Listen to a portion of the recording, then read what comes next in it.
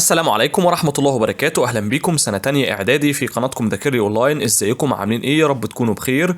بنكمل مع بعض سلسلة المراجعات والأسئلة المتوقعة علشان نستعد لامتحانات الترم التاني. هنحل مع بعض النهاردة امتحان مهم جدا في مادة التربية الدينية الإسلامية، واللي فيه أسئلة مهمة ومتوقعة، وكمان هيبقى معانا ملخص كامل للمادة على شكل PDF في اهم الاسئله اللي مش هيخرج عنها الامتحان في الترم التاني ان شاء الله. هقول لكم ازاي تحملوا الملخص ده لكن في نهايه الفيديو. قبل ما نبدا انزل ادعمنا باللايك الجميل والاشتراك في القناه علشان تتابع كل فيديوهاتنا اول باول. اول جزء معانا في الامتحان خاص بالقران الكريم. قال تعالى: بسم الله الرحمن الرحيم: ألم تر إلى ربك كيف مد الظل ولو شاء لجعله ساكنا ثم جعلنا الشمس عليه دليلا. مرادف ساكنا يا شباب يعني إيه؟ متحركا ولا ظاهرا ولا ثابتا؟ معنى أو مرادف ساكنا يعني ثابتا. طيب ومضادها؟ مضاد ثابتا متحركا. معنى مد الظل يعني أخفى الظل ولا بسط الظل ولا كلاهما صواب؟ طبعا معنى مد الظل يعني بسط الظل، الإجابة رقم 2. بيقولك اذكر اسمين من أسماء القرآن. هقوله إيه؟ هقوله طبعا الفرقان والكتاب. طيب اذكر 5 صفات لعباد الرحمن كما وردت في سورة الفرقان. ممكن أقوله مثلا لعباد الرحمن دول الذين يمشون في سكينة ووقار وتواضع، وكمان هم الذين يقضون جزءا من الليل يصلون فيه ويناجون ربهم، وهم الذين يدعون الله بأن ينجيهم من عذاب النار، وهم الذين برضو يعتدلون في نفقاتهم فلا يسرفون ولا يبخلون، وهم كمان الذين لا يعبدون إلا الله الواحد الأحد. وممكن أزود وأقول له الذين لا يشهدون الزور ولا يرتكبون جريمة الزنا. كل دي صفات لعباد الرحمن. طب بيقولك اكتب إلى قوله تعالى: مما خلقنا أنعاما وأناسيا كثيرا. هقول له إيه؟ ثم قبضناه إلينا قبضا يسيرا وهو الذي جعل لكم الليل لباسا والنوم سباتا وجعل النهار نشورا وهو الذي أرسل الرياح بشرا بين يدي رحمته وأنزلنا من السماء ماء طهورا لنحيي به بلدة ميتا ونسقيه مما خلقنا أنعاما وأناسيا كثيرا. صدق الله العظيم. بعد كده يا شباب هنتنقل للجزء الثاني في الامتحان وهو الحديث الشريف. قال رسول الله صلى الله عليه وسلم: إن الدنيا حلوة خضرة وإن الله مستخلفكم فيها فناظر ماذا تعملون. أول سؤال بيقولك أكمل الحديث الشريف. هقول له إيه؟ طبعا الحديث بيقول إن الدنيا حلوة خضرة وإن الله مستخلفكم فيها فناظر ماذا تعملون فاتقوا الدنيا. دي بقية الحديث. طب معنى مستخلفكم يا شباب يعني إيه؟ جعلكم فقراء ولا جعلكم أغنياء ولا جعلكم خلفاء؟ معنى مستخلفكم يعني جعلكم خلفاء. طب معنى كلمة خضرة هنيئة ولا سيئة ولا فاسدة؟ طبعا معناها هنا هنيئة، برافو عليكم.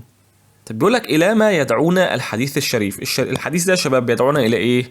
هو طبعا بيدعونا إلى العمل وعمارة الأرض والحذر من إفسادها وألا نغتر بالدنيا. الجزئية اللي معانا بعد كده في الامتحان هي أسئلة الفروع. بيقولك ضع علامة صح أمام العبارة الصحيحة وعلامة خطأ أمام العبارة الخاطئة. علماء الحيوان يستطيعون معرفة لغة الطير. الكلام ده صح ولا غلط؟ هقوله طبعا غلط، هم لا يستطيعون معرفة لغة الطير. طيب السؤال التاني: جميع الحيوانات نافعة للإنسان. هل جميع الحيوانات نافعة للإنسان؟ طبعا غلط، مش كلها. طب السؤال التالت بيقولك تسبح الجبال بحمد الله. صح ولا غلط؟ السؤال سهل جدا، هقوله طبعا صح. طب السؤال الرابع في أسئلة صح وغلط بيقولك لا يوازن الإسلام بين الدنيا والآخرة. الكلام ده صح ولا غلط؟ طبعا غلط، الإسلام بيوازن بين الدنيا والآخرة. طب السؤال الخامس بيقولك من مات مدافعا عن أرضه أو عرضه أو ماله يكون شهيدا. صح ولا غلط؟ طبعا صح جدا. السؤال اللي بعد كده بيقولك ما واجبنا نحو المرافق العامة. الواجب بتاعنا نحو المرافق العامة يا شباب؟ طبعا يجب أن نحافظ عليها نظيفة جميلة منظمة وأن نعمل على حمايتها من كل عبث أو تخريب. طيب السؤال التاني بيقولك اذكر الدروس المستفادة من غزوة مؤتة. ايه الدروس المستفادة يا شباب من غزوة مؤتة؟ سؤال مهم جدا.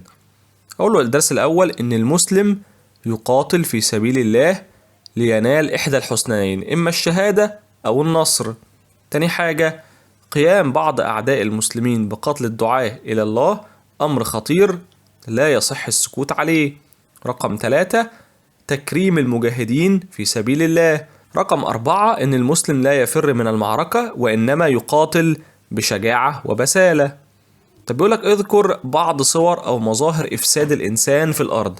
هقول له يا شباب، هقول له صور إفساد الإنسان في الأرض مثلا زي تلويث التربة والماء والهواء، وأخذ أموال الناس بالباطل، وكمان قتل وتشريد وإيذاء الناس. كل دي مظاهر أو بعض مظاهر إفساد الإنسان في الأرض.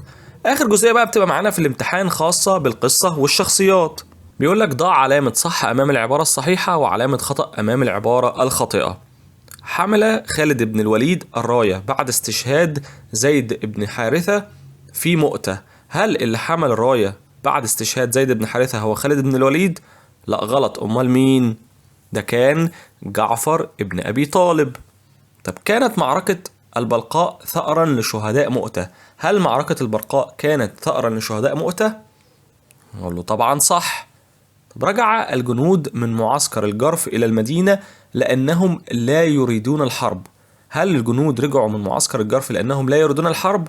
لا غلط، أمال رجعوا ليه؟ دول رجعوا ليعودوا النبي صلى الله عليه وسلم في مرضه. طيب كان زيدا خادما في بيت خديجة بنت خويلد. الكلام ده صح ولا غلط؟ طبعا صح. طب بعد كده معانا سؤال بيقولك ما موقف اليهود داخل الجزيرة العربية من الدولة الإسلامية بعد وفاة النبي؟ اليهود عملوا ايه يا شباب؟ هقوله طبعا شيعوا المرتدين، يعني أيدوهم واستعدوا بقى لقتال المسلمين. ده كان موقف اليهود بعد وفاة الرسول صلى الله عليه وسلم. لماذا لم يبقى أسامة في البلقاء إلا يوما واحدا؟ ليه أسامة ما فضلش في البلقاء إلا يوم واحد؟ هقوله طبعا لأنه انتصر على الروم انتصارا ساحقا وبقي يوما واحدا لكي يجمع الأسلاب والغنائم، ولأن طبعا الرسول صلى الله عليه وسلم أمره بألا يتوغل في بلاد الروم. طيب السؤال الثالث بيقولك لماذا اعتزل أسامة الجهاد وعكف على العبادة؟ ليه أسامة اعتزل الجهاد وعكف على العبادة؟ طبعا ده كان بسبب حزنه على مقتل سيدنا عثمان بن عفان. وبكده يا شباب يكون خلص امتحان النهاردة. هسيب لكم رابط امتحان كمان مهم جدا وفيه أسئلة متوقعة في أول تعليق مثبت وفي وصف الفيديو، وكمان هسيب لكم روابط تحميل الملازم المهمة اللي فيها ملخص المادة بالكامل برضو في أول تعليق مثبت. وفي النهاية ما تنسوش تدعمونا بلايك للفيديو والاشتراك في القناة علشان تتابعوا كل فيديوهاتنا أول بأول. سلام.